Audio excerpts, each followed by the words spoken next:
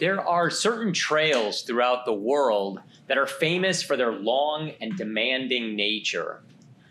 Where I came from on the West Coast, the most notable is the Pacific Crest Trail, which just in its US portion stretches all the way from Mexico to Canada and includes terrain rough and remote enough to challenge anyone's fitness levels and survival skills. If one manages to complete the Pacific Crest Trail, it is an individual achievement greater than running the Boston Marathon or scaling Mount Kilimanjaro. There is, of course, a very long and famous trail associated with today's feast day, El Camino de Santiago, the Way of St. James. But it is something very different.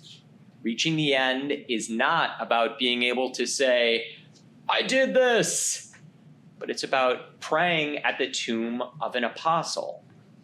And all along the way, the experience is about surviving not by one's own toughness, but by the hospitality received each evening in the hostels and the churches. A good friend of mine once walked the Camino and one day found that her whole pack of clothes and gear had been infested with bed bugs. But that evening she entered the home of a loving stranger who let her wash all her belongings and wash herself free of this pestilence. Even if one travels the Camino mostly alone, he will find himself part of a pilgrim community. In so many ways, an authentic walking of the Camino will be about losing oneself in order to find oneself. And actually, the secret is that even the arduous survival trails, like the PCT, have these kinds of features.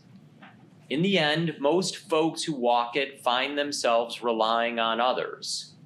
Most find the experience to be more about growing in humility than achieving glory. In today's gospel, James and John come to Jesus seeking glory. Jesus responds to them with the image of the chalice, which symbolizes the unique suffering he will endure as the Messiah and the Savior of the world. Jesus prophesies that, indeed, James and John will one day drink his chalice, but they will do so not as the unique Messiah, but as members of his body. Their lives will become less about special achievement and recognition and more about losing themselves for the sake of others, only to find life everlasting. We as Christians are called to bring the joys and sorrows, the triumphs and the failures of our individual lives together as pilgrims, journeying along the way that is Jesus. In each Mass, in the bread and the chalice, we find not only our food for the journey, but true communion with each other through Him who makes us one.